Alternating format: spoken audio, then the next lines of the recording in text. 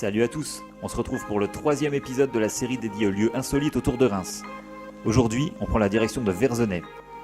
Verzenay, c'est un village très proche de Verzy, là où je suis allé pour tourner l'épisode 1, que vous pouvez revoir si vous l'avez raté. Et donc, une nouvelle fois, on se retrouve au beau milieu du vignoble de Champagne, dans un village qui est l'un des symboles de la région.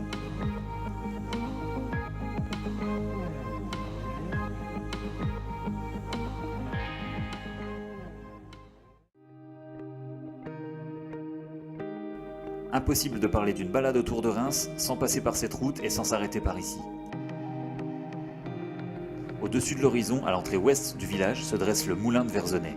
Construit en 1818 puis restauré après la Deuxième Guerre, c'est aujourd'hui la propriété d'une célèbre maison de Champagne. Et surtout, c'est le symbole de toutes les cartes postales du coin.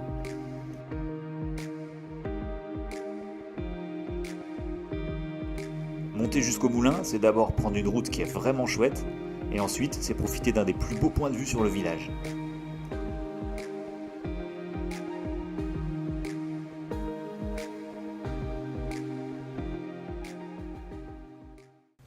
Et à Verzenay, on trouve un bâtiment qu'on rencontre généralement en toute logique sur les hauteurs d'un village de vignerons. Un phare.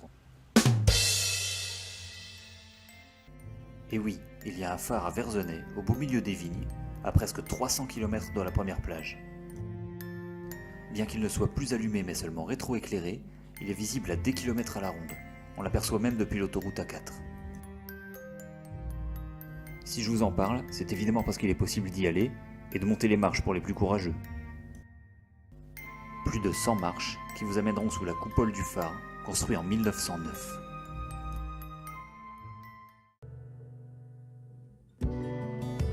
Arrivé en haut, la vue est absolument unique. On domine un véritable océan de vignes.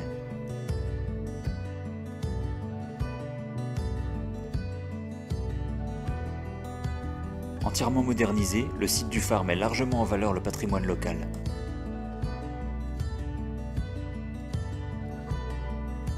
Au pied du phare se trouve désormais un musée de la vigne, et évidemment on peut y déguster la fameuse boisson locale dorée avec des bulles qu'on appelle champagne. Mais la construction du phare est si ancienne qu'on semble parfois avoir oublié pourquoi il était là. Certainement pas pour guider des navires en tout cas, parce que bien sûr il y a eu la mer en Champagne, mais c'était il y a des millions d'années. D'ailleurs, on y reviendra très bientôt. Il ne s'agit pas non plus de guider les avions la nuit pour qu'ils évitent la colline, parce qu'à ce moment-là, il faudrait construire des phares partout en France. La vérité est bien plus simple. En fait, le phare est un monument publicitaire. Imaginez, au tout début du XXe siècle, il n'a jamais eu d'autre but que de faire la promotion du champagne. Autrefois entouré d'un théâtre et d'une guinguette, le phare fait lui aussi les frais de la Première Guerre mondiale. Il est racheté et restauré par la commune de Verzenay en 1987 et redevient enfin un symbole régional.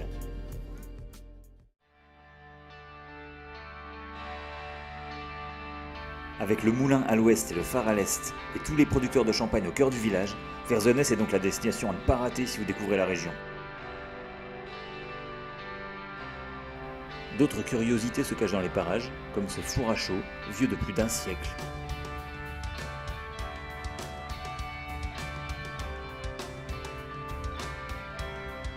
Et le village a beau ne pas être très grand, comme tous les villages de la région, on se perd dans ces rues remplies de pressoirs, de vendangeoirs et de maisons de champagne.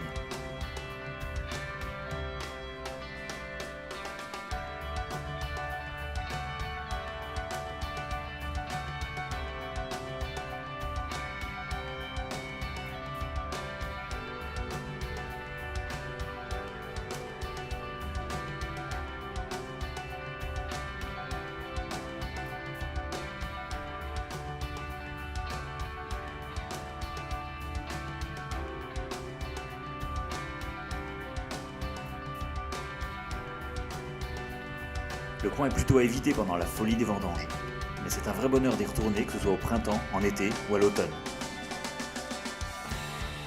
Et le plaisir qu'on prend à découvrir ce genre de route, ça se passe de commentaires.